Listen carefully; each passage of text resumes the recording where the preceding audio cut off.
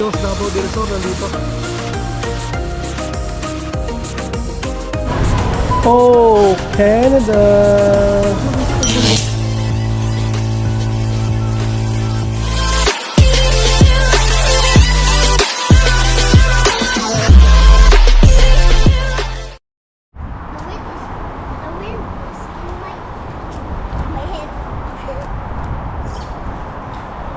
So guys, so hapon na, gabi na ngayon, ano? Alas 7, lalabas kami, bibili kami tinapay. Ayun oh, may flowers na yung lighting doon. No, you didn't tell me we're buying bread. Yeah, we're buying bread. You didn't tell me. Okay. So, bili kami tinapay guys. So yun nga, habang naglalakad tayo, may pag-uusapan tayo. And yun. Shoutout pala kay ano, kay Tita Christy ng Pampanga. Taga-suporta yun natin. Solid follower din natin. Nagko-comment siya sa ating mga video. Tita Christy ng Pampanga, shoutout po. So ayun nga, ano, si Tita Christy nag-message sa atin na may kamag-anak daw siya dito sa Toronto na may negosyo na construction. So nagalok siya na baka matulungan niya tayo. Eating a croissant. So Tita Christy, salamat po. Tay, are we eating a croissant? Croissant no. Croissant from France. Kasi guys, yung trabaho natin na pinuntahan, hindi tayo natanggap, hindi naman tayo natawagan. So malamang hindi tayo natanggap din. Nag-apply pa rin tayo sa online. Hindi pa rin tayo sumusuko guys hanggang ngayon. Walang sukuan to, dito na tayo eh. Yes. And then I will touch you. So sa pag-vlog natin guys, na may mga nag-comments, maraming gustong tumulong sa atin na mga Pilipino kahit wala dito. Tulad kay Tita Christy. And yun, lakas ang hangin.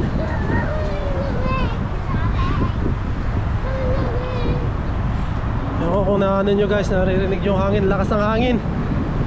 Woo!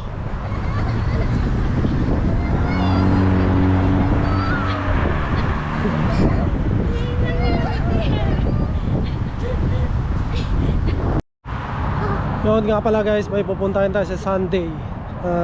Lalagay ko lang dito rin yung ano, yung link, yung ano, picture dito. Red light. Yeah. Yun, ano yan siya, yung Filipino Migrant Day. Kung di ako nagkakamali, Filipino Migrant Day sa Sunday. Nagaganapin siya sa North York eh. So pupunta ako, 2 bus. Doon din ako nag-training ng food handling certificate ko. May event sila uli, may mga speaker na darating, mga ambassador yata yun. So yun, magle-lecture sila about sa mga karapatan mo as a worker dito sa Canada. So kailangan nating mapuntahan yun at siyempre kinig tayo para alam natin yung mga karapatan natin dito sa Canada as a worker. And siyempre networking na rin, marami tayong makakilala doon. And baka doon makahanap tayo ng trabaho. And shoutout pala kay Ma'am Cathy. Yun, OWA, ano siya, sa OWA siya dito sa Toronto.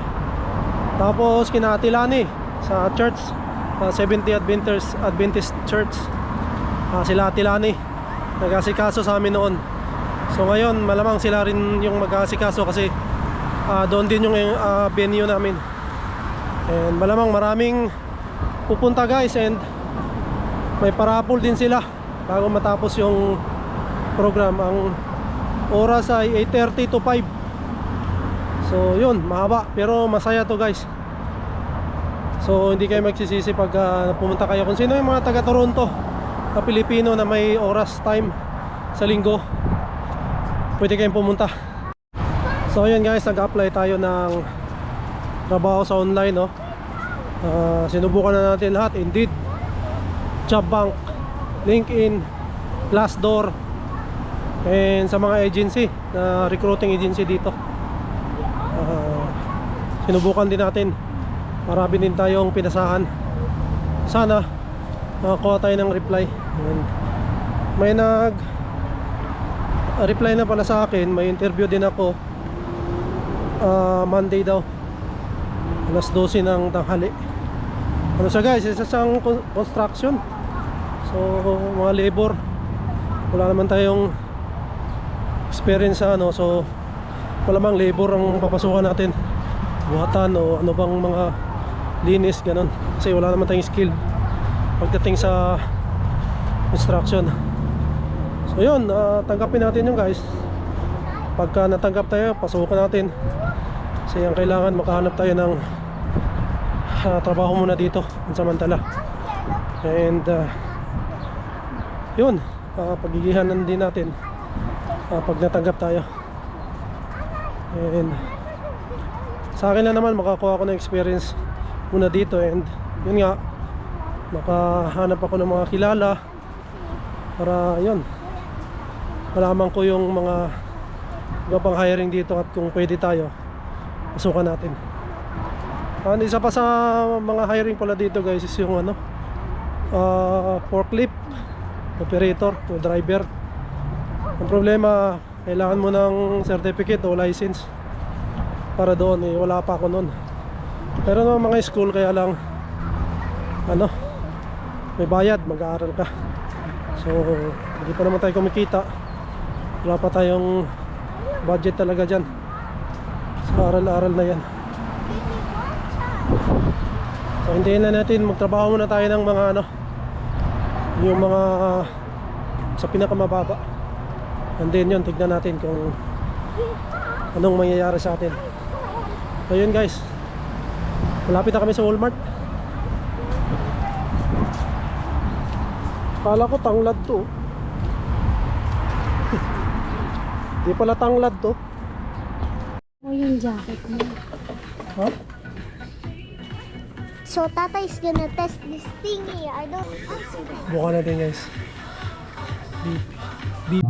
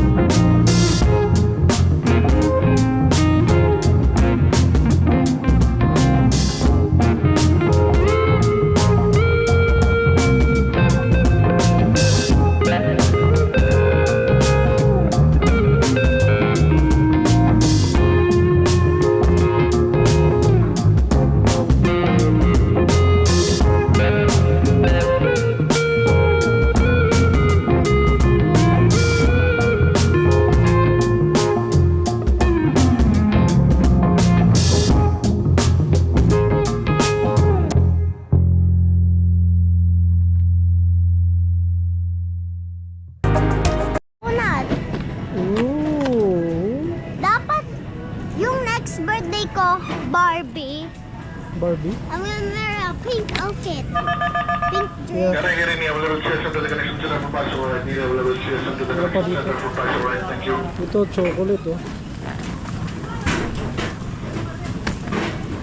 Ooh. Sarap. Puro matamis, guys. Matatamis. Oh, my favorite. Ito na yung binibili. Yeah. Tandoori. How much to? $2. So, bili tayo nito. Tandoori.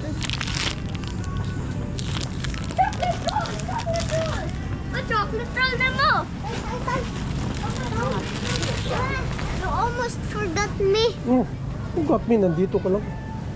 Ito, 375. Ma, why did you? I want this one. Oh, dadali natin yun. So, ang pinunta namin dito, guys, ano lang, tinapay. In the next 30 minutes. For your convenience, Walmart will remain open until 11 p.m. So, ano, yun lang ang pinunta namin dito. Dami ng prutas, eh. Ano? Diba? Apple, watermelon. Tingnan natin yung mangga.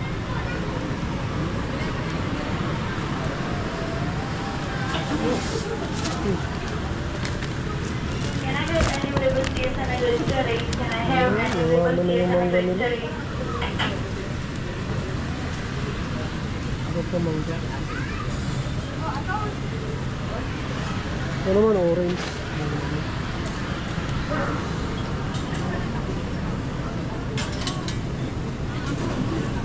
Banana, langka. Langka. Jackfruit. $3. Ano ba to? Hindi ko alam kung ano yun. Sabi. Ito, cherry.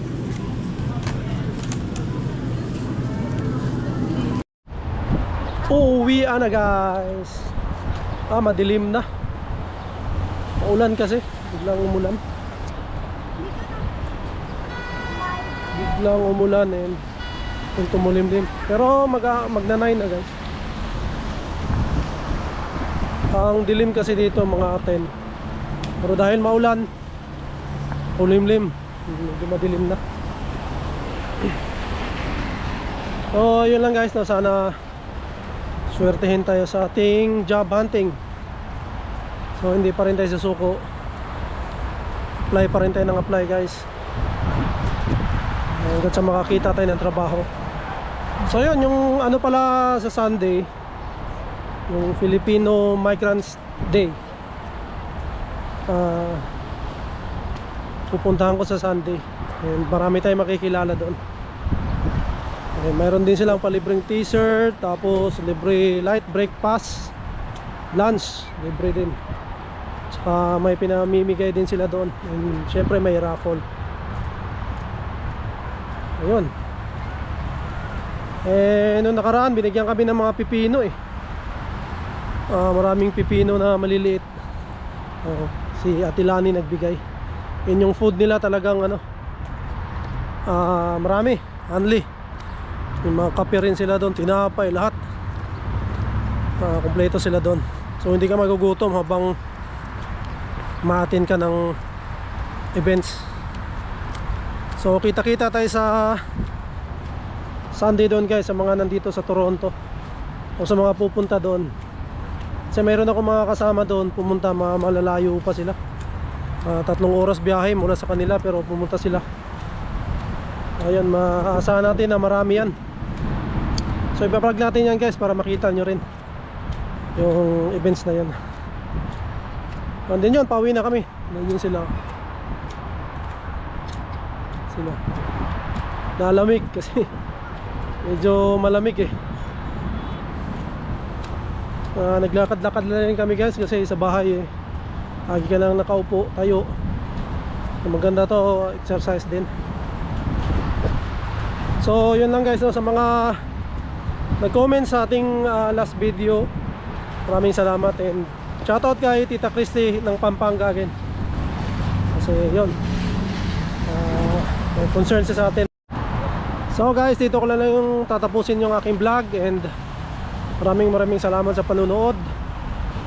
And tuloy-tuloy lang tayo guys. Lumalago na yung YouTube channel natin. So hanggang dito na lang guys. See you on my next vlog. Peace!